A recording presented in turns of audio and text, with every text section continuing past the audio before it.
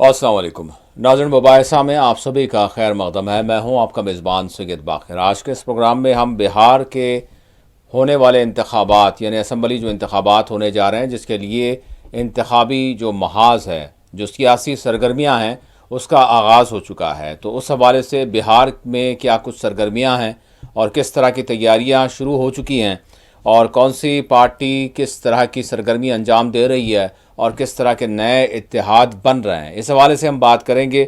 और फिर इसके साथ हम बात करेंगे हिंदुस्तान और अफ़गानिस्तान के ताल्लुक़ात के हवाले से, बल्कि मैं यूँ कहूँ कि भारत और तालिबान हुकूमत के दरमियान यानी ये जो नए ताल्लुक़ात बिल्कुल नए अंदाज के हम देख रहे हैं। अगर हम देखें माजी में तालिबान के साथ, तालिबान की जो माजी में भी जो हुकूमत थी उसके साथ, और तालिबान की पॉलिसी या फिर उनके नज़रियात के हवाले से भारत के रिजर्वेशन बिलखुसूस मौजूदा जो मोदी हुकूमत है, भाजपा हुकूमत है, एनडीए सरकार है, इसकी जानिब से जो रिजर्वेशंस हैं बिलखुसूस अफ़गान तालिबान के हवाले से। लेकिन ये किस तरह के ताल्लुक़ात हैं जो इस्तेवार हो रहे हैं, न सिर्फ इस्तेवार हो रहे हैं बल्कि इसमें खुशगवारी हम देख रहे हैं।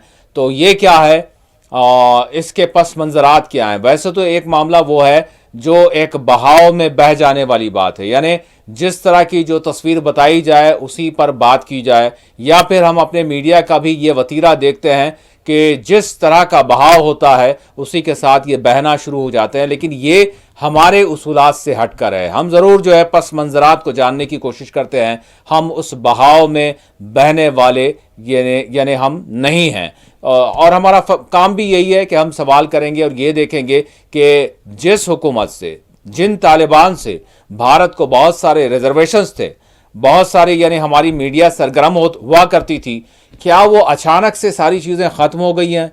और अगर ख़त्म हो गई हैं तो वो मामलात क्या हैं? ये हमारा जो है बुनियादी तौर पर उसूल है और हम ज़रूर इस हवाले से बात करेंगे। चूँकि अफ़गानिस्तान के वज़ीर ख़ारजा, तालिबान हुकूमत के वज़ीर ख़ारजा अमीर ख़ान मुत्तकी वो भारत के दौरे पर हैं। न सिर्फ दौरे पर हैं, दिल्ली का दौरा किया, बल्कि साथ ही साथ उन्होंने यानी देवबंद का भी दौरा किया।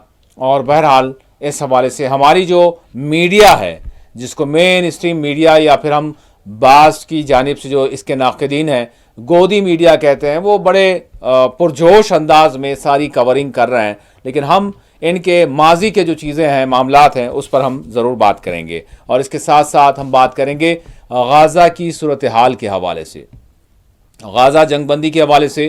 गाज़ा में जिस तरह से इजराइल की जानिब से बर्बरियत की गई और जुल्म और सितम ढाए गए, बहरहाल आप सभी जानते हैं कि किस तरह से कत्लेआम किया गया। अब जो जंगबंदी का मामला आगे बढ़ रहा है, पीर के रोज़ इम्कान है जिस तरह से मुआहदा किया गया है, इजरायली जो कैप्टिव्स हैं उनको रिहा किया जाएगा और हमास की जानिब से कहा जा रहा है कि तैयारी की जा रही है। और उसके साथ ही इजराइल की जानिब से तकरीबन 2700 अलग अलग रिपोर्ट्स हैं, फ़लस्तीनियों को भी रिहा किया जाएगा। फ़लस्तीनी जो महरूसीन हैं, जो क़ैद व बंद से दो चार हैं इजरायली जेलों में, इनको रिहा किया जाएगा। और अमन का जो मामला है या फिर सीज़ फायर का जो मामला है, जो पहला मरहला है, इस पर आगे बढ़ा जाएगा। और इजरायली जो फोर्सेस हैं वो कई सारे गज़ा के इलाक़ों से पीछे हट गए हैं। अब देखना ये होगा कि कैप्टिव्स की रिहाई के बाद इजराइल का क्या मौक़िफ़ रहता है, और ये जो पीस डील है या फिर हम ये कहेंगे कि जंग बंदी के हवाले से जो पेशरफ्त है, पहला मरहला, इसमें किस हद तक कमिटमेंट के साथ जो है इजराइल आगे बढ़ेगा, ये वक्त ही बताएगा। लेकिन क्या कुछ अभी तक की सूरत हाल है, इस पर आज के इस प्रोग्राम में हम बात करेंगे। मेरे साथ कुछ ही वक्त में सीनियर सहाफ़ी सियासी तज्ज़ियाकार शेख मंजूर अहमद साहब दिल्ली से जुड़ेंगे। लेकिन मंजूर साहब से बात करने से कबल हम रुख करेंगे और बात करेंगे बैरिस्टर असदुद्दीन ओवैसी की।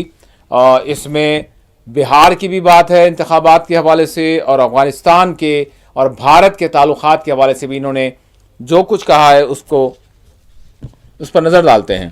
आपको बता दें कि सदर मजलिस बैरिस्टर असदुद्दीन ओवैसी ने वक्फ तरमीमी कानून 2025 से मुताल्लिक सुप्रीम कोर्ट के अबूरी अहकाम पर मायूसी का इजहार किया है। मुस्लिम फैसला बोर्ड के इजलास से खिताब करते हुए बैरिस्टर ओवैसी ने कहा कि आला अदालत के अबूरी अहकाम वक्फ जायदादों को नहीं बचाएंगे। उन्होंने कहा कि अबूरी अहकाम में कलेक्टर के अख्तियार पर रोक लगाई गई है। बैरिस्टर ओवैसी ने खबरदार किया है कि आसार खदीमा के तहत कई वक्फ जायदादें हैं। अदालत ने इस सिलसिले में राहत नहीं दी है। इसका असर संभल की मस्जिद के मुकदमे पर भी पड़ने वाला है। ASI के तहत जो दरगाहें हैं, मसाजिद और खानखाहें हैं, इस सिलसिले में मुमकिना शरारत की जा सकती है। सदर मजलिस ने कहा कि मनसूबाबंद तरीके से मुसलमानों की वक्फ जायदादों को छीनने के लिए यह कानून बनाया गया है। बैरिस्टर ओवैसी ने कहा कि अबूरी हुक्म इल्तिवा से वक्फ जायदादें तबाह हो जाएंगी। बैरिस्टर ओवैसी ने दिल्ली में मुस्लिम फैसला बोर्ड के एहतजाजी जलसे में महदूद शुरका की इजाज़त को डिक्टेटरशिप करार दिया। सदर मजलिस ने यह भी कहा कि मरकजी हुकूमत NRC और NPR कराना चाहती है। मुसलमानों की शनाख्त को ख़त्म करने की कोशिश की जा रही है।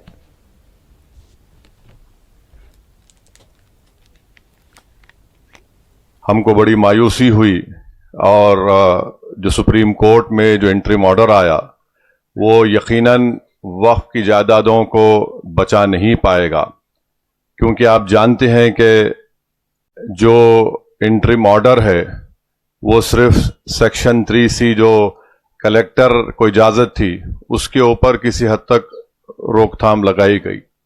5 साल का जो लुजूम है कि उसको मुसलमान साबित होना, कोर्ट ने कहा कि रूल बनाए जाएं, तो वो एक कंडीशनल स्टे है। ऐसा रूल बनाया जाएगा कि कोई मुसलमान जो है अपनी जायदाद को वक्फ भी नहीं कर पाएगा, और सवाल ये उठेगा कि क्या आप मुसलमान है या नहीं। दूसरी बात यह है कि हम लोग खुश ना हो कि सेक्शन 3C पर रोक लग गई। एक डेजिग्नेटेड ऑफिसर होगा जो तहकीकात करेगा, और दिल्ली में 123 प्रॉपर्टीज हैं जिसका DDA कहता है कि उनकी जायदाद है, जिसमें एक मस्जिद के इमाम मुहिबुल्लाह नदवी साहब है। तो आप लिख कर रख लीजिए कि उन 123 प्रॉपर्टीज पर भी भारत के वजीर आजम की नज़र है कि कैसा उसको हासिल किया जाए एक डेजिग्नेटेड ऑफिसर से।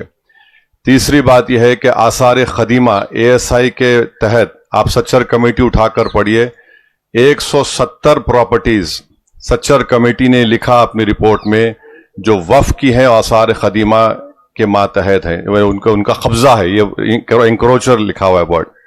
अब सुप्रीम कोर्ट ने उस पर स्टे नहीं दिया तो उसका होगा ये कि जहां ये जायदाद वफ़ थी अब ये वफ़ नहीं रहेगी। ASI इसको कंट्रोल करेगा और इसका असर आप देखेंगे संभल की मस्जिद के केस पर पड़ने वाला है। और जो मौजूदा दरगाहें, खानखाहें, मसाजिद प्रोटेक्टेड मॉन्यूमेंट है ASI में, हो सकता है कि शरारत करे वहां पर कि आप सिर्फ जुमे की नमाज पढ़िए या उरस मत करिए, इमारत फुला है, ऐसी है। लिमिटेशन एक्ट तेलंगाना, आंध्रा, तमिलनाडु में हिंदू एंडोमेंट बोर्ड के ऊपर लिमिटेशन कानून नाफिज नहीं होता है, इस पर भी सुप्रीम कोर्ट ने स्टे नहीं दिया।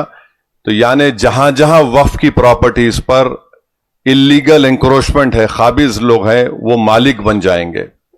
और तीसरी बात यह है कि शेड्यूल्ड ट्राइब एरिया में वक्फ अगर आपकी भी प्रॉपर्टी होगी तो आप वक्फ नहीं कर सकते।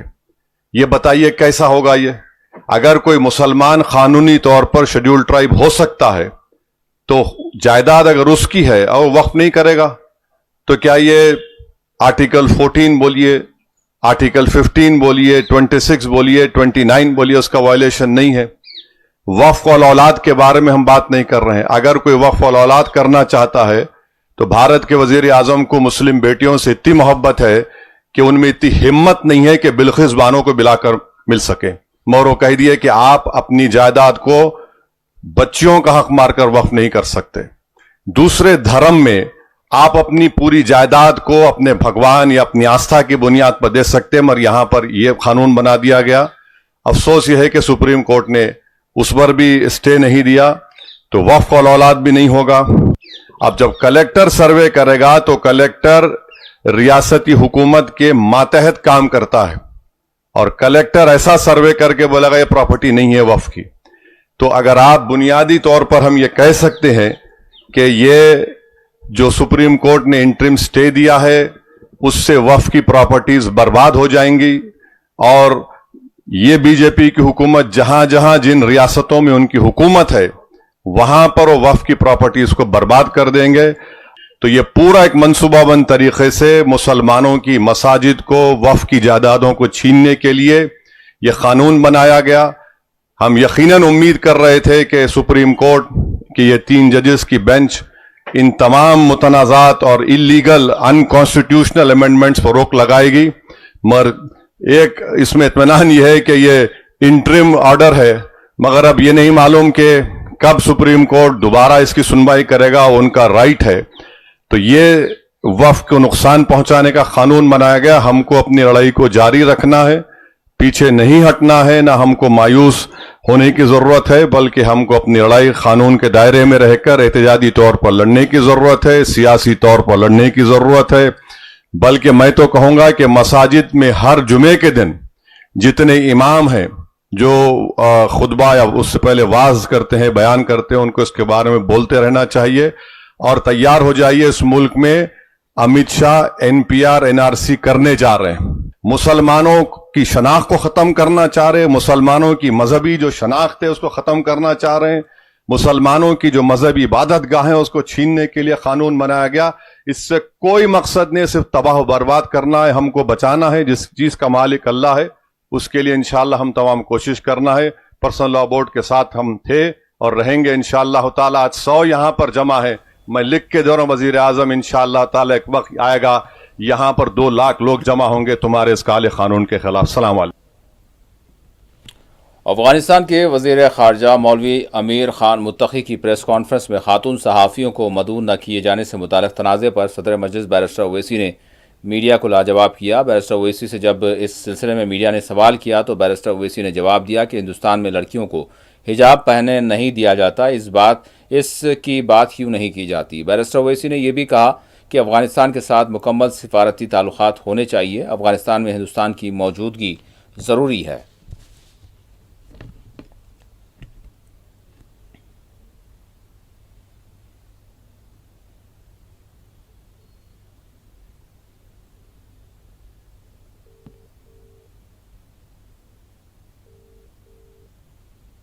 तो डिमांड करते हैं कि पूरे फुल डिप्लोमेटिक रिलेशन कायम होना चाहिए। तालिबान बहुत स्ट्रेटेजिक इलाका है भारत के लिए और छाबार पोर्ट बनेगा तो हम अफगानिस्तान में बहुत कुछ तरक्याती काम करेंगे और अफगानिस्तान में भारत का प्रेजेंस जरूरी है। प्रेस कॉन्फ्रेंस में महिला रिपोर्टर्स को अंदर नहीं जाने दिया गया और सरकार का कहना है कि हमारी उस प्रेस कॉन्फ्रेंस से कोई मतलब नहीं। अरे यार, भारत में बच्चों को हिजाब पहने नहीं दिया जा रहा यार, तुम उसकी बात नहीं। तो नाज़रीन, अभी आपने देखा कि बैरिस्टर असदुद्दीन ओवैसी जिन्होंने तरमीमी क़ानून के हवाले से और फिर मुस्लिम फसला बोर्ड का जो इजलास मुनक्किद किया गया था जिसमें उन्होंने शिरकत की, लेकिन यहाँ पर एक सवाल रहा कि यहाँ पर जो शुरका थे, जो शरीक होने वाले थे, उनको जो है महदूद तादाद ही की जो है इजाज़त दी गई। तो बड़े अफसोस की बात है, इसका भी उन्होंने अफसोस का इजहार किया और इसके साथ साथ बिहार के इंतखाबात, तरमीमी क़ानून के हवाले से और फिर यानी भारत और अफ़गानिस्तान के ताल्लुक़ात के हवाले से भी उन्होंने बात की। हमारे साथ मुअज़्ज़ज़ मेहमान शेख मंजूर अहमद साहब, सीनियर सहाफ़ी, सियासी तज्ज़ियाकार, वो जुड़ चुके हैं। मंजूर साहब अस्सलाम वालेकुम। वालेकुम सलाम। मंजूर साहब, हम बिहार इंतखाबात के हवाले से जो सरगर्मियाँ शुरू हो चुकी हैं और फिर इसके साथ हिंदुस्तान और अफ़गानिस्तान के दरमियान जो ताल्लुक़ात, यानी अब इस वक्त एक नए ताल्लुक़ात मैं कहूँगा इस वजह से, वैसे भारत और अफ़गानिस्तान के ताल्लुक़ात रहे हैं लेकिन तालिबान हुकूमत के साथ बिलखुसूस, तो इस हवाले से और फिर गाज़ा जंगबंदी के हवाले से हम बात कर रहे हैं। तो सबसे पहले मैं आगाज़ यहीं से करना चाहूँगा कि बिहार में जो इंतखाबात होने जा रहे हैं इसके लिए जो सरगर्मियाँ शुरू हो चुकी हैं, इसको आप किस तरह से देख रहे हैं मंजूर साहब? देखिए, अभी तो सरगर्मियाँ शुरू हुई है, हालांकि पार्टियां जो है अभी बहुत सारी बड़ी जो पार्टियां हैं इनमें तकरीबन अलायंस भी कंप्लीट नहीं हुए हैं। खासकर जो इंडिया अलायंस के पार्टीज में अभी भी इसमें जो चल रहा है। इसी तरीके से एनडीए में भी कहते हैं तकरीबन उनमें अंडरस्टैंडिंग हो गई है, लेकिन पूरी तरीके से अभी नहीं है, कुछ इश्यूज बाकी है, एक आध दिन में हो जाए इस सिलसिले में। और ये बात भी आज सामने आई है कि बैरिस्टर असदुद्दीन ओवैसी ने कहा कि वो 100 कैंडिडेटों को बिहार से इलेक्शन लड़वाएंगे अपनी टिकट पर। हालांकि पहले ये भी कोशिश की जा रही थी कि जो पार्टियां हैं उनको भी, जो बेसिकली एनडीए के खिलाफ है, उनको भी एक ही डंडे तले इलेक्शन लड़ने की कोशिश की जा रही थी। लेकिन इसमें भी जो बंधन है उसमें भी तकरीबन 8-10 पार्टियां हैं जी। और इसमें लगता है बड़ी पार्टी को जैसे आरजेडी है और कांग्रेस की डिमांड भी है। पिछली बार उन्होंने 70 सीटें जीती, लेकिन अल्टीमेटली उनका रेशो जो था, विनिंग रेशो, वो 18-19 सीटें ही उन्होंने जीती, जिसकी वजह से ये प्रेशर राइज हो रहा है कांग्रेस पर कि 70 के बजाय वो इस वक्त ज्यादा से ज्यादा 55 सीट पर इलेक्शन लड़े, ताकि दूसरी जो छोटी छोटी जमातें हैं उनको भी एडजस्ट किया जाएगा। इसी तरह एनडीए में भी अभी पासवान की पार्टी और मांझी जो है जितेंद्र सिंह मांझी, उन पर भी अभी जो है उनके साथ भी नेगोशिएशन, हालांकि ये कहा गया आज कि एग्रीमेंट इन प्रिंसिपल एग्री किया है, लेकिन छोटी मोटी चीजें अभी भी बाकी रही है। ये इलेक्शन दोनों खासकर बीजेपी और एज वेल एज जो है इंडिया अलायंस के लिए बहुत इम्पोर्टेंट है इलेक्शन, क्योंकि जिस तरीके से राहुल गांधी और तेजस्वी यादव ने कैंपेन चलाई एसआईआर पर और इसका रिस्पांस भी बहुत जबरदस्त रहा, खासकर यूथ में। देखना है कि क्या वो कैपिटलाइज कर सकेंगे इस इशू को लेकर, या दूसरे बेरोजगारी, जो किसानों के बारे में, दलित, माइनॉरिटीज, यादव जो है, उन मसलों, उनके जो मसाइल, रिलेटेड मसाइल है, उनको उजागर करने को कामयाब हो सकेंगे या नहीं। तो लगता है अभी भी जो सिनेरियो है ये क्लियर नहीं है, लेकिन ये एक कांटे की तर होगी। आज के दिन हम कह सकेंगे यही कि दोनों पूरे में जो रिसेंट सर्वे हुआ है उस, ये मुझे पता नहीं है, ये यानी कि सर्वेज आजकल जो है मैनेज भी करते हैं कुछ पॉलिटिकल पार्टी, ताकि लोगों में एक इम्प्रेशन डालने के लिए, ये भी होता है। लेकिन ऐसा लगता है दोनों के दरमियान बराबर की टक्कर है और इसमें ग्रुप्स का अलाइन होना, इसके अलावा किस तरीके से कैंपेन चलेगी, खासकर जो नए वोटर्स हैं और जो जिसमें डिलीशन बहुत हुआ है, इसमें ये लगता है शायद जो इंडिया अलायंस को जो से रिलेटेड पार्टीज है उनको जो वोटर जो डिलीट हुए हैं उनको ज्यादा नुकसान होगा, लेकिन कुछ एडिशन भी हुए हैं अब। और ये भी इलेक्शन कमीशन ने कहा कि इलेक्शन से 10 दिन पहले अगर कोई ये रिपोर्ट करेगा इलेक्शन कमीशन को कि उसका वोट इंक्लूड किया जाए और रिलेवेंट डॉक्यूमेंट उस सिलसिले में पेश करें तो उसका नाम इंक्लूड किया जा सकता है। अभी जो क्लियर पिक्चर है वो अभी आप देखिए कि आज 11 है, 15-16 तक तो क्लियर हो जाएगी। प्रोसेस तो शुरू हुई है नॉमिनेशन की, लेकिन 15-16 के बाद जब कैंपेन शुरू हो जाएगा और क्या इसकी ट्रेंड रहेगी पहले से ही पता चलता है। और ये सबसे बड़ी बात इस इलेक्शन में ये है, ये ज्यादा खिंचा नहीं, ये सिर्फ 2 फेजेस में है। बस पहले क्या किया जाता था, 4-4, 5-5 फेजेस किया जाता जी, इसलिए जो है एक फेज में एक चीज होता था, दूसरे में दूसरी चीज होता था। एटलीस्ट ये जो है इसमें एक दूसरे के दरमियान गैप भी कम ही है जी, और ये एक किस्म से अच्छी बात है। जो पहले हम करते थे 7-7, 8-8, 6-6 फेजों में करते थे, वो ड्रैग ऑन होता था 1 महीने तक, और 1 महीने में कभी कभी ट्रेंड भी चेंज होती थी। इस सिलसिले में इस वक्त ऐसी बात लगता है बहुत कम, यानी कि ऐसे चांसेस जो है तो कंपैक्ट रहेगा। अब देखिए कि फिर 3 हफ्ते ही रहेंगे इलेक्शन के लिए, अगर 20 से कैंपेन शुरू हो जाएगी, तो पहला फेज तो है ही जी। फर्स्ट वीक ऑफ नवंबर में है, तो इसके बाद तो ज्यादा टाइम भी नहीं रहेगा उनको वोटर कैंडिडेट्स को कैंपेन करने के लिए। राहुल गांधी शायद बाहर है, तो जबकि आने के बाद आज तेजस्वी यादव दिल्ली आ रहे हैं, तो लगता है वो कांग्रेस हाईकमांड के साथ इस सिलसिले फाइनलाइज करेगा। मंजूर साहब, आपको क्या लग रहा है, मतलब मुद्दे जो होने चाहिए, देखें एक तरफ एनडीए है और दूसरी जानिब अगर हम देखें इंडिया अलायंस है, और फिर इसके साथ साथ दीगर, तो अब अगर हम देखते हैं कांग्रेस की जानिब से, जैसे इलेक्शन कमीशन पर ही बहुत सारे सवालात और बहुत सारे इल्ज़ामात उन्होंने आयद कर दिए और वो उसको उठा रहे हैं अब भी शिद्दत के साथ उनकी जानिब से। हालिया दिनों में भी अब भी वो ये कह रहे हैं कि बिहार में अब भी वो सिलसिला चल रहा है जो इलेक्शन कमीशन के पर रास्त तौर पर यानी इल्ज़ाम है, तो वो एक बात की जा रही है, यानी क्या ये मुद्दा इसको बरकरार रखा जाएगा? और फिर एनडीए इत्तेहाद की जानिब से अगर हम देखें तो उनके पास क्या है, क्या विकास की बात है या फिर बेतुके किस्म के जो है ऐसे मुद्दे आ जाएंगे, या फिर कहीं ना कहीं फिर वही फिरकावारियत क्या बिहार में भी चलेगी? क्या लग रहा है आपको, कौन सा मुद्दा जो है लोग जो है उसको तरजीह देंगे? देखिए, ये मुझे लगता है मिक्स होगा इस वक्त। एक चीज आप याद रखिए कि बिहार के अलावा शायद किसी हद तक यूपी और दूसरे में भी कास्ट कॉम्बिनेशन बहुत मैटर करती है। ये एक रहा है वहां पर कई सालों से रखा है, जैसे कि पहले कहा जाता था आरजेडी MY मुस्लिम यादव का चला रहे हैं, अब वो अपना दायरा बढ़ा रहे हैं, छोटे छोटे जो और ग्रुप्स है, जो खासकर बैकवर्ड क्लासेस में जो ग्रुप्स है उनको मिलाने की कोशिश की जा रही है। एक फैक्टर ये इम्पोर्टेंट है, इसीलिए अगर आप देखेंगे हालांकि आरजेडी पावर में नहीं भी रहा, लेकिन वो एक बड़ा पोटेंशियल फोर्स रहा। अपोजिशन में भी उसको सबसे ज्यादा जो वोट्स आए यानी कि सीटें थी जो प्रेजेंट हो रही है, वो एक फोर्स है जी।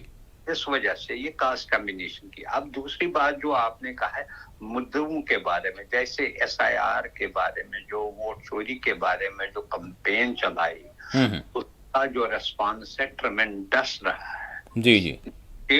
इलेक्शन से 1 महीने पहले वो चला। अब देखना है क्या इंडिया अलायंस के लीडर ये जो कैंपेन चलाई है इसको वो ट्रांसलेट कर सकेंगे वोट्स में। अगर इसमें कामयाब हो जाएंगे तो निश्चित तौर पर यह लगता है फिर इनका एज रहेगा इलेक्शन में। अब दूसरी तरफ जो है पहले से ही एक कार्ड प्ले किया जा रहा है कि ऐसे आपने कहा अगर किसी ने क्रिमिनल पॉलिटिक्स का चलाए तो कहीं ना कहीं इसका कहीं असर पड़ता है। जैसे ये कहते हैं वहां पर शायद होम मिनिस्टर ने भी कहा, दूसरे ये जो कहते हैं इन्फिल्ट्रेशन का, हाँ जी हाँ, ये कोई नहीं कहता है। पिछले 11 साल से मरकजी हुकूमत में बीजेपी की हुकूमत है। जी हाँ, बॉर्डर्स का जो सर्विलेंस है, सिक्योरिटी है, वो उनके हाथ में। बिल्कुल। ये लोग कैसे आए ये कोई उनसे नहीं, लेकिन यही लोग जो है कहते हैं कि ये इशू है। भाई आप लोगों ने क्या किया उस पर कोई नहीं। अब ये है कि ये अपोजिशन की जो है रिस्पॉन्सिबिलिटी हो किस तरीके से इस मामले पर एनडीए को कॉर्नर किया जाए। ये तो नहीं, आज भी उन्होंने कहा तादाद बढ़ रहा है जी, फॉरेनर्स का बढ़ रहा है, आज भी कहा जा रहा है। यानी डेमोग्राफी की बात की बार की जाए, बढ़ रही है डेमोग्राफी, चेंज हो रही है, साजिश के तहत हो रही है। अगर बढ़ रही है कौन बढ़ा रहा है, ये भी है ना, इस पर कोई बात होनी चाहिए। अच्छा, लेकिन ये कहीं ना कहीं अच्छा जो कॉमन वोटर होता है वो इतनी गहराई में नहीं जाता। हाँ ये बात है। वो जो है उसको जब कहा जाता है वो कहता है शायद हो ही रहा है, मुझे भी इसका असर पड़ेगा। फिर वो इनको कहते हैं ये आपके यानी कि रोजगार छीनेगा, ये आपका मकान छीनेगा, ये वो करेगा। तो जिससे एक किस्म का जो खौफ और डर पैदा होता है वोटर में। अब ये अगर उनके खिलाफ ये अब ये अपोजिशन खासकर इंडिया अलायंस को ये चीज कन्विंस करना है उनको, भाई यही लोग पावर में है, इन्होंने कैंपेन चलाई है न, अगर आए हैं तो कौन आया है, क्या किया है। 5 साल इनकी सरकार थी अलायंस में, वहां भी स्टेट में भी इन्हीं की सरकार है। स्टेट में भी, अब समझिए कि सेंटर में तो ठीक है, स्टेट में भी पिछले 2-3 सालों से इन्हीं की सरकार बिल्कुल बिल्कुल क्या किया है उन्होंने, इसके लिए अब ये मुद्दा उठा रहे हैं। यानी इस हवाले से एक अच्छा काउंटर अपोजिशन को करना चाहिए, लेकिन क्या करते हैं? जी हाँ। और जवाब क्या मांगते हैं उसी तरह से कि डेमोग्राफी चेंज की जो बात की जा रही है, बाज़ाब्ता ये कहा जा रहा है कि एक साजिश के तहत डेमोग्राफी चेंज हो रही है, चाहे वो आसाम में हो चाहे वो बिहार में हो। साजिश कौन कर रहा है? हाँ, आसाम की बात नहीं है, आसाम में भी इन्हीं की गवर्नमेंट है। बिल्कुल बिल्कुल। उसने वो डिक्टेशन का भी उसने किया। अभी देखिए एक जो है, एक जो लेडी है जिसको बांग्लादेश भेजा गया, तो वहां पर पता चला वो वेस्ट बंगाल की है, उसने वहां पर किया, उसको वहां के जज ने फैसला दिया है कि उसको वापस भेजा जाए। अब उसको डिप्लोमेटिक वो साबित हुई, वो उनको डिपोर्ट किया, अल्टीमेटली वो वेस्ट बंगाल की निकल गई। मतलब ये है, ये खुद ही कहते हैं, पहले एक कैंपेन चलाते हैं, लोगों को ऐसे उठाते हैं, धकेलते हैं वहां पर उन्होंने जब उसको डिटेंशन कैंप में रखा, उस बाद में चला कि वहां कोर्ट में केस गया, कोर्ट में उसने आधार कार्ड और सारा उनको मैच करके पता चला, यहाँ के हुकूमत को कहा। अब वहां के इंडियन एम्बेसी को वहां पर कहा गया उसको डेपुटेशन के वहां जो डिपोर्ट करने की जो प्रोसेस है वो आप कंप्लीट कीजिए। हाँ, ये चीज़ है, बड़े अफसोस की बात है, बड़े अफसोस की बात है। अच्छा, इन चीज़ों को मंजूर साहब एक ब्रेक लेने के लिए कहा जा रहा है, इन चीज़ों को नाज़रीन होना तो ये चाहिए कि ये अपोजिशन के लिए, यानी आप दूसरी चीज़ें तो उठाते हैं, दूसरी चीज़ों पर तो बात करते हैं, अब फिर तबक़ात के हवाले से बात करें तो यूपी में हो या बिहार में हो, आप ज़ोर और शोर के साथ उनके मसाइल के हवाले से बात करते हैं, लेकिन जहाँ पर मुल्क की जो दूसरी बड़ी आबादी है, जिनके आप वोट लेते हैं, जो अपोजिशन पार्टियाँ हैं, उनके मसाइल को आप क्यों नहीं उठाते, या फिर उन पर जो इल्ज़ाम लग रहा है उस पर आप उसी तरह से शिद्दत के साथ काउंटर क्यों नहीं करते? ये सवाल बाकी रहता है सेक्युलर पार्टियों से। तो बहरहाल बिहार के हवाले से हम मजीद बात करेंगे मौजूद मेहमान से, और इस हवाले से मजीद सवालात भी करेंगे। एक छोटा सा ब्रेक लेते हैं, ब्रेक के बाद दोबारा हाजिर होंगे। नाज़रीन, ब्रेक के बाद मुबाहिसा में आप सभी का दोबारा खैर मक़दम है। हम बात कर रहे थे ब्रेक से पहले बिहार की, और बिहार में होने वाले इंतखाबात की, और सियासी जो सरगर्मियाँ या सियासी माहौल जिस तरह का बन आया है, और जिस तरह के सियासी महाज इंतखाबी महाज हैं, इत्तेहाद हैं, उस हवाले से मंजूर साहब मैं आपसे यहाँ पर ये जानना चाहूँगा कि जिस तरह से हम अपोजिशन की बात कर रहे थे, इनको जो काउंटर करने के मौक़े होते हैं वो मुकम्मल क्यों नहीं करते, और बिलखुसूस यानी मुख्तलिफ ज़ात बरादरियों के या फिर तबक़ात के जो हुकूक़ हैं, उस हवाले से तो हम देखते हैं कि अपोजिशन पार्टियां बड़े शद-ओ-मत के साथ आगे आती हैं, लेकिन जहां बिलखुसूस मुल्क की जो दूसरी बड़ी आबादी है जो इन स्टेट्स में रहती हैं, उनके जो मसाइल हैं, जैसे अगर बिहार की मैं बात करूं तो बिहार में सीमांचल का जो इलाका है, किस तरह से वहाँ पर पसमानदगी है। अब यहाँ पर साथ ही साथ बिहार के दीगर यानी मुसलमानों की अगर हम वहाँ पर पसमानदगी की बात करें तो किस तरह की सूरत हाल है, वो मुख्तलिफ रिपोर्ट्स इस हवाले से जो है यानी शाहिद हैं, वो गवाही देती हैं। अब इस दौरान यानी कोई एक पार्टी यानी वहाँ के लोगों की, वहाँ के मुस्लिम बरादरी की जो वहाँ के मसाइल हैं उनके, उसके लिए उनकी आवाज़ बुलंद करने के लिए अगर आगे जाती है। अब जिस तरह से आपने अभी कहा कि 100 नशिस्तों पर यानी अपने नुमाइंदे खड़ा करने की जो है मजलिस ने जो है बात कही है, अब इसी के साथ जो है मुख्तलिफ इल्ज़ामात, तो ये किस तरह का अपोजिशन पार्टियों का जो है एक मौक़िफ़ है, मैं आपसे जानना चाहूँगा। देखिए, हमने ये देखा है पिछले खास कर ये ट्रेंड जो है पिछले 3-4 दहाइयों से शुरू हुआ है। मुस्लिम वो खासकर माइनॉरिटीज का जो है इसको वोट बैंक के तौर पर इस्तेमाल किया जाता है। दोनों पार्टी जो बड़ी पार्टीज है, ग्रुप्स है, उन्हें एक तो उनको कहता है कि हमें वोट दो, हम आपके लिए ये करेंगे, करते तो बाद में कुछ नहीं है। जो हमने देखा है पिछले 30-40 सालों से क्या किया है, कुछ खासकर कुछ ज्यादा नहीं हुआ। दूसरा, मेजॉरिटी को यानी कि उनको लुभाने के लिए, उनका वोट अट्रैक्ट करने के लिए माइनॉरिटीज को टारगेट करते हैं। यानी कि दोनों तरफ ये सैंडविच होते हैं, दोनों तरफ ये पिस जाते हैं और इनकी बात ही नहीं होती है।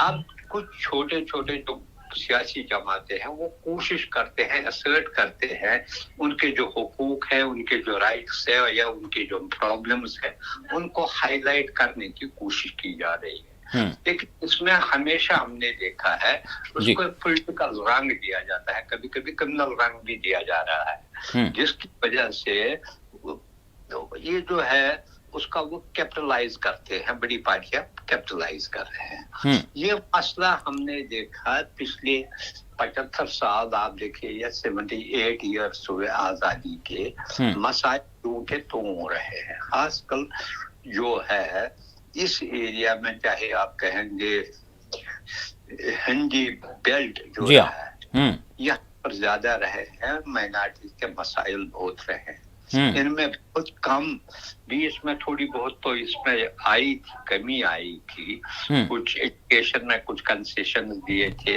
कुछ रियासतों ने एम्प्लॉयमेंट रिजर्वेशन किया था या कुछ किया था, लेकिन पिछले 10-11 सालों से फिर वही बात आ गई है, फिर वहां ही पहुंच गए हैं।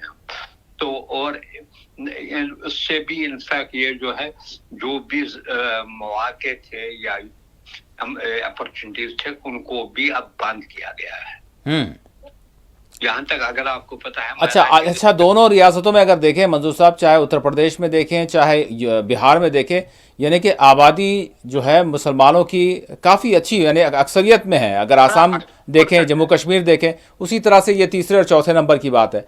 लेकिन यहाँ पर फिर इसके बाद अगर कोई आवाज़ उनकी उठाने के लिए जाता है तो उस पर जो है मुख्तलिफ इल्ज़ामात धर दिए जाते हैं। ये तो ये फिर क्या करते हैं, वो इनको इसी चीज को वो अपने वोट के लिए इस्तेमाल करते हैं, वो टारगेट करते हैं जी।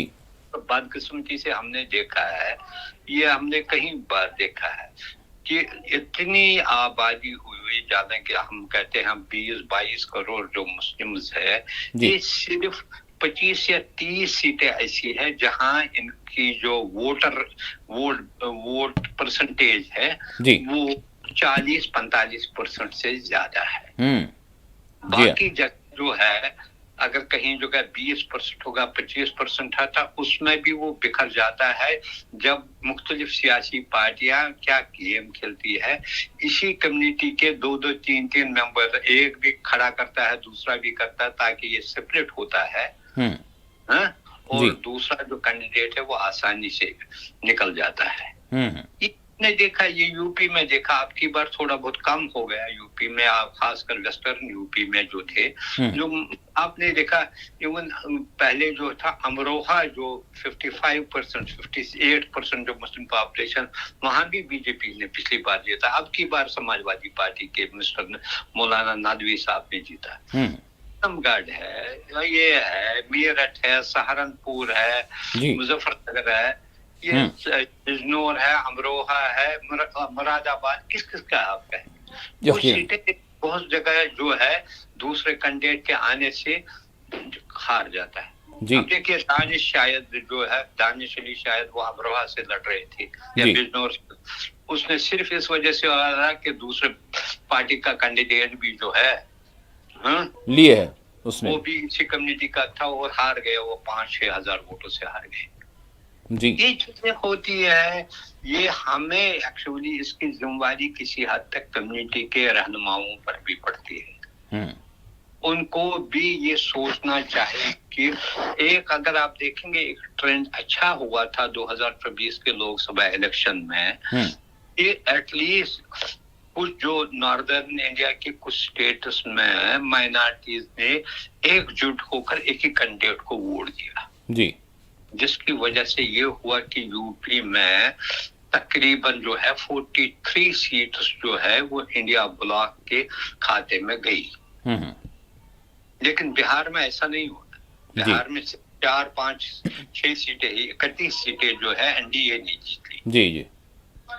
उसमें सिर्फ 2 कांग्रेस और शायद आरजेडी ने 4 जीती और कहीं 1 आध सीट और निकली, पप्पू यादव की है ये हमें इसके लिए एक शऊर लाने की जरूरत है। और फिर क्या करते हैं इसमें भी, फिर क्या करते हैं हम तबकों में बढ़ते हैं। जी हाँ, कोई मसलक के नाम पर, तबकों के नाम नाम पर, प्रोफेशन के नाम पर, जिससे जो हमारा वोट जाया होता है। हमें इस वक्त एकजुट होकर होना चाहिए, ताकि जो भी कैंडिडेट, ये नहीं कि जो भी सेकुलर कैंडिडेट है किसी भी मजहब से है, लेकिन वो अगर सेकुलरिज्म पर कायम है, काम करता है, उसके लिए उसको जिताने की कोशिश करनी चाहिए। इसी से हम आगे बढ़ेंगे।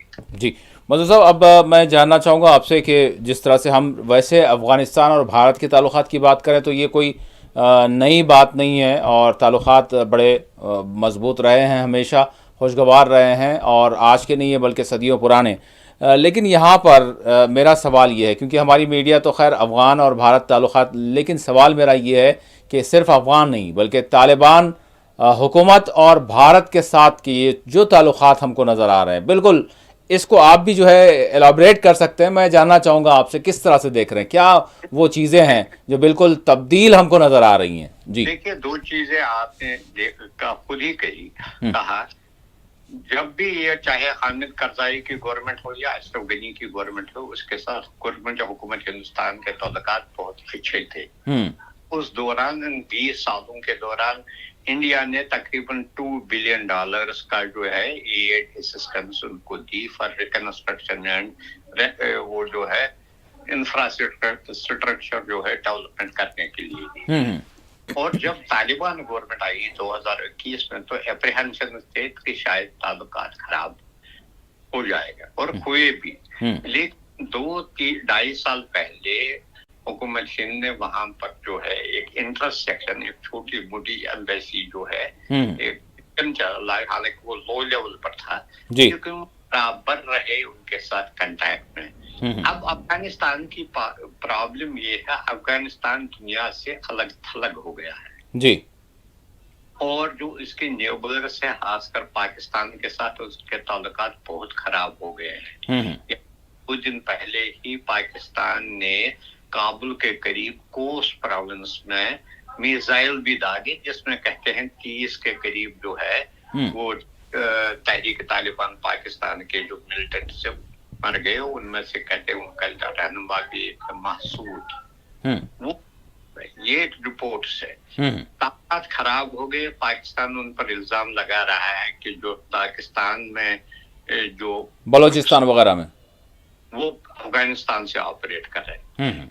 ईरान के साथ भी उनके ताल्लुकात अच्छे नहीं है, क्योंकि हाल ही में जो ईरान और इजराइल के दरमियान जो वार चला, जी रिपोर्ट्स आए हैं कि जो अफगानी कुछ नेशनल्स है जो इजराइल के लिए भी उन्होंने काम किया, और उनमें से बहुत सारे लोगों को निकाला भी।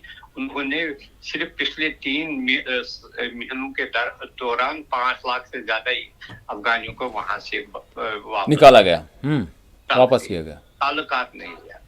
और दुनिया के किसी भी मुल्क ने अभी तक, सिर्फ चाइना और रशिया शायद है जिसने भी उनको रिकॉग्नाइज नहीं किया है। एक बंद है हालात वहां पर, जो हालांकि एक चीज इनके हुकूमत में ये हुआ, जो वायलेंस वहां पर थी वो कम हो गई। वो आए दिन वहां पर लड़ाइयां होती थी, बम ब्लास्ट होते थे, जब से ये हुकूमत आई है नहीं हो रहे जी।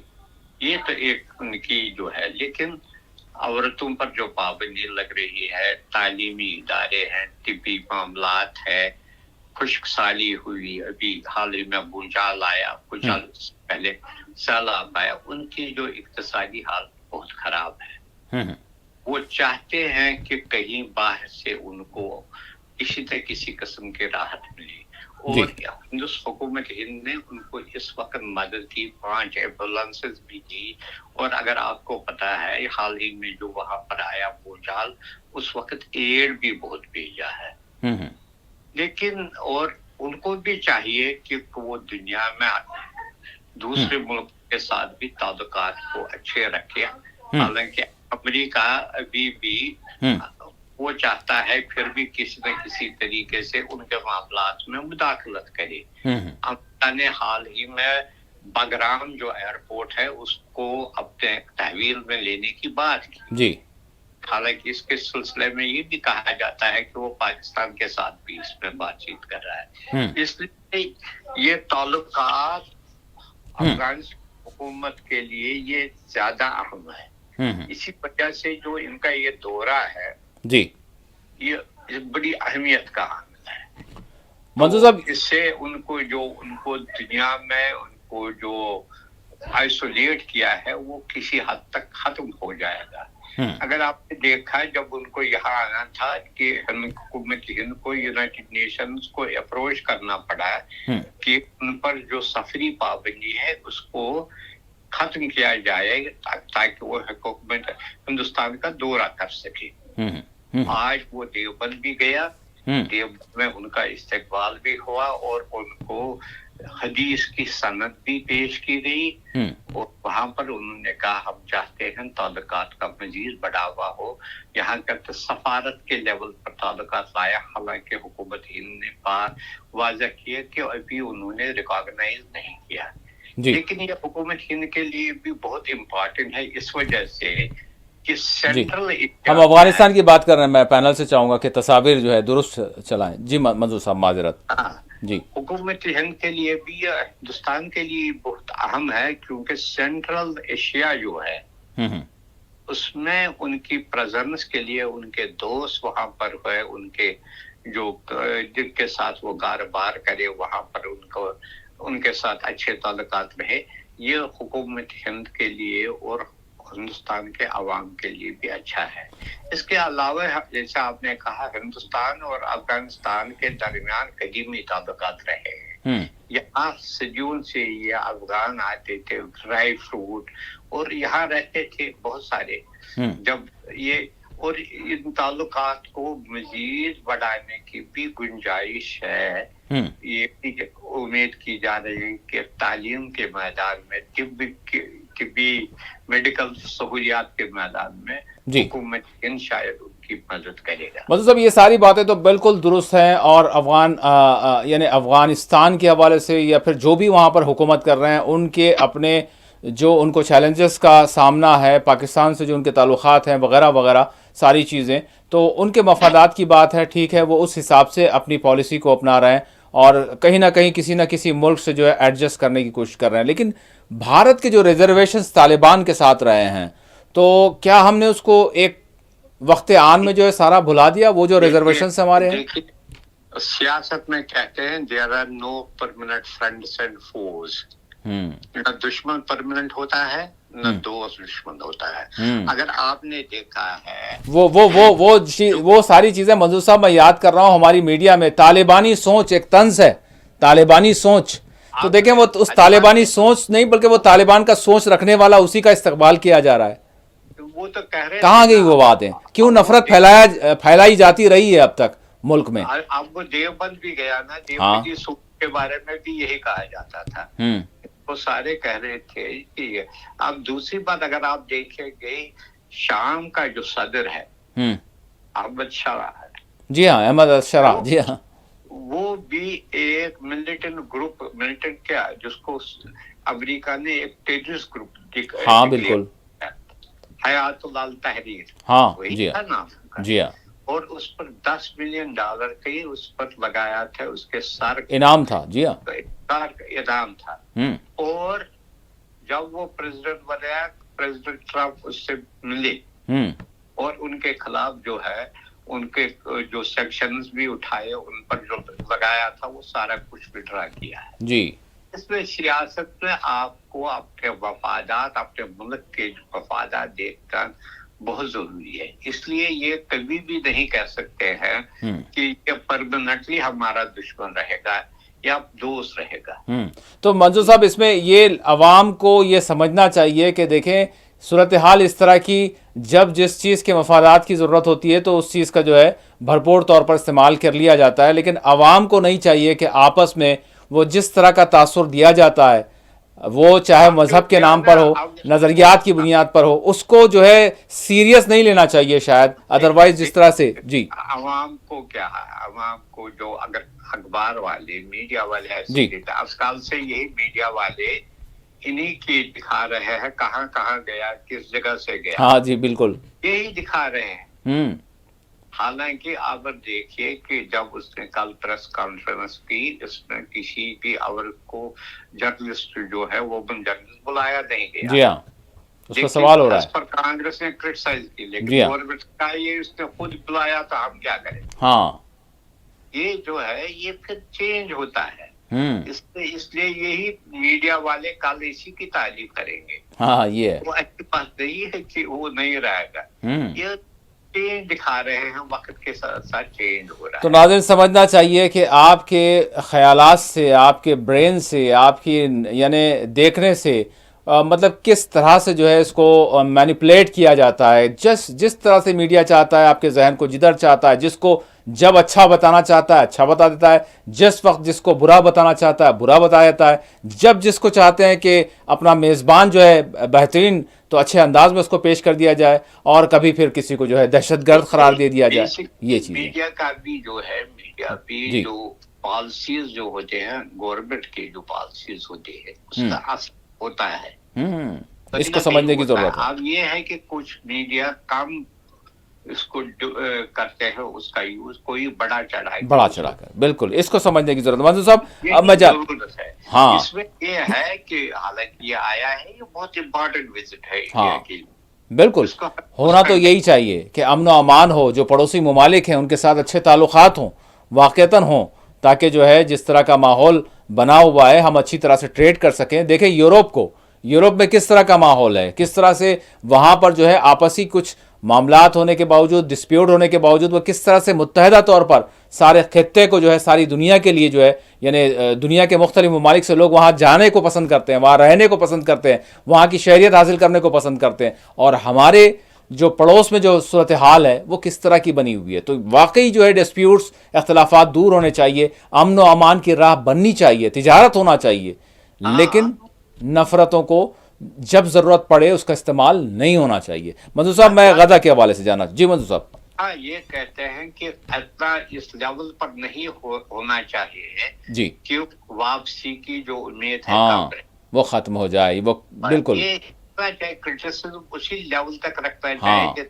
जायज है। बिल्कुल ये चीज होनी चाहिए। प्रैक्टिकल है, किस बुनियाद पर अगर किसी के साथ इख्तलाफ भी है, किस बिना पर इख्तलाफ हाँ, आइडियोलॉजिकल है, वो होना चाहिए एग्जैक्टली। लेकिन इतनी नफरत पैदा कर दी जाए कि बस उस कोई एक इश्यू की वजह से जो है, कोई मामला हो रहा है अगर काबुल में, कोई मामला हो रहा है कहीं और, तो उसके असरात हम जो है देख रहे हैं दिल्ली में, हम उसके असरात देख रहे हैं यूपी में, हम उसके असरात देख रहे हैं मुल्क के दीगर हिस्सों में। बड़े अफसोस की बात है, ये नहीं होना चाहिए। मंजूर साहब आखिरी सवाल करूंगा, गजा की सिचुएशन को, सूरत हाल को, हालात को किस तरह से देख रहे हैं आप? वैसे पीर तक का इंतजार है कि पीर का रोज कैसा होगा। जी मंजूर साहब। देखिए, ये जो है ये सारा कुछ फर्स्ट फेज जो है, हालांकि आज उन्होंने पार्शियली विड्रॉ किया है गाजा के कुछ इलाकों से सिक्योरिटी, लेकिन अब ये है होस्टेजेस का मसला है, जो उसमें डेडलाइन दी है उनको देना है। अगर वो जो जितने भी जो जिंदा है और जो कुछ रहे हैं, अगर उसमें एक फेज इसमें कंप्लीट हो जाएगा। लेकिन ये जो देखना है इसमें सिंसियरिटी कितनी है अमेरिका और इजराइल की, कि जो ये 3 फेजेस में रखा गया है सारा, कि सारे जो फेजेस इसके कंप्लीट किया जाए। ये ना हो लगना चाहिए कि बस होस्टेजेस के एक्सचेंज के बाद वो अपनी राह पर गए या अपनी राह पर गई, ऐसा नहीं लगना चाहिए। तो इस वक्त इस एग्रीमेंट पर इस्लामी ममालिक के ये जो वकार भी दाव पर लगा है। जी हाँ, अगर आपने देखा आज पाकिस्तान के लाहौर शहर में जबरदस्त कल से मुजाहिरे चल रहे हैं, वो पाकिस्तान ने फलस्तीन का सौदा किया है। वहां पर TLP जो है, तहरीक लब्बैक पाकिस्तान जो है, और कल से वो कहते हैं 8 लोग मारे भी गए, दर्जनों मारे गए। तो उनका इल्जाम है पाकिस्तान गवर्नमेंट ने जो है हमास के साथ ज्यादती की है, ये उनका जो है। लेकिन ये देखना है अगर ऐसा हालात रही, अब ये अमेरिका और इजराइल की सबसे बड़ी जिम्मेवारी है कि जो 20 नुकात है, 20 नुकात, इसमें कुछ रिजर्वेशन भी हो सकते हैं। जी हाँ। लेकिन उनको उन पर अमल दरामद कराना ये उनकी जिम्मेवारी है, जी हाँ, ताकि लोगों को भी भरोसा रहे कि इजराइल अब की बार ये नहीं विड्रा कर सकता है, ये उससे पुल आउट नहीं कर सकता है जो उसने कमिटमेंट की है वो कंट्रीज के साथ भी, यकीन, ये उसके लिए ज्यादा जरूरी है। और बात इसमें ये जो प्लान है इसमें बहुत सारे यानी कि नुकात है जो दोनों साइड के लिए, इजराइल के लिए भी और हमास के लिए भी, जैसे डिसआर्मामेंट ऑफ, ये कहते हैं डिसआर्म करो हमास के मिलिटेंट जी, आप कुछ ये कहते हैं कि कुछ लोग कहते हैं उनको सेफ पैसेज दिया जाएगा। दूसरा गाजा का क्या रहेगा, यानी अच्छा, हमास ने तो बिलखुसूस कह दिया है मंजूर साहब के यहाँ पर कोई भी बैरूनी मुदाखलत या फिर यानी हुकूमत जैसे या इंतज़ामिया भी होगा उसमें भी हम किसी बैरूनी मुदाखलत को बर्दाश्त नहीं करेंगे, उन्होंने ये कह दिया। वो तो कहा है, लेकिन अब ये है क्या रहेगा अल्टीमेटली। एक इजराइल का भी ये है कि इजराइल को कहा कि आपको छोड़ना पड़ेगा गाजा। हाँ। एक जो मॉनिटरिंग इंटरनेशनल मॉनिटरिंग फोर्स रहेगा, अमेरिका ने ऑलरेडी वहां पर 200 के करीब अपने फौजी भेज दिए, वो मॉनिटर करेंगे किस तरीके, पता नहीं क्या करेंगे। ये चीजें जो है अगर वे सारे बहुत ये कॉम्प्लिकेटेड भी है, लेकिन अगर ये इम्प्लीमेंट हो गए ग्रेजुअली, सबसे बड़ी बात है कि गाजा के लोगों को राहत अगर मिलेगी, ये बड़ी अचीवमेंट है, क्योंकि 2 सालों में जो उन्होंने तबाही और बर्बादी देखी दुनिया में शायद कहीं ये ऐसा हुआ होगा। यकीन, आज वो फिर से मैं देख रहा था, एक विजुअल देख रहा था, फिर से वो अपने घरों की तरफ, हालांकि वो घर ही नहीं है बिल्कुल, वो वहां पर वापस लाने की कोशिश कर रहे हैं। कुछ जो वहां पर जो सामान है उनका बिखरा हुआ जो है, तो वहां ही जो खंडरात के पास इवन लाशें भी निकल रही है मंजूर साहब, अभी इवन लाशें भी निकल रही है, लाशें तो बहुत 116 से ज्यादा निकल गई हैं अभी तक, तो लाशें बहुत निकलेंगी। अभी कितने लोग दबे हुए बिल्कुल, ये मलबे के नीचे, उस वक्त सामान नहीं था बिल्कुल, पर कहीं एक बिल्डिंग अगर गिरेगी उसमें दिनों लगते हैं लोगों को निकालने में। यकीन, आए दिन कितने बिल्डिंगे गिर जाते थे, कितने दब जाते थे, जितने लोग मर गए हैं, जो 70,000 शायद इसके कई बराबर ही शहीद हो गए, बिल्कुल, जो मलबे के नीचे दब गए और मर गए। तो मंजूर साहब अब ये हम बिल्कुल वक्त हो गया है, तो ये हम समझ सकते हैं कि आइंदा जो 24 घंटे या 48 घंटे ये भी काफ़ी अहम है, क्योंकि ये जो तबादला होगा ये भी बड़ा अहम होगा। मंजूर साहब जी, बहुत बहुत शुक्रिया मंजूर साहब, आपने वक्त दिया। इंशाल्लाह हम फिर जो है आगे की सूरत हाल के हवाले से ज़रूर आपको ज़हमत देंगे। नाज़रीन, इसी के साथ खुसूसी प्रोग्राम मुबाहिसा अपने अख्तिताम को पहुँचता है। अल्लाह हाफिज़।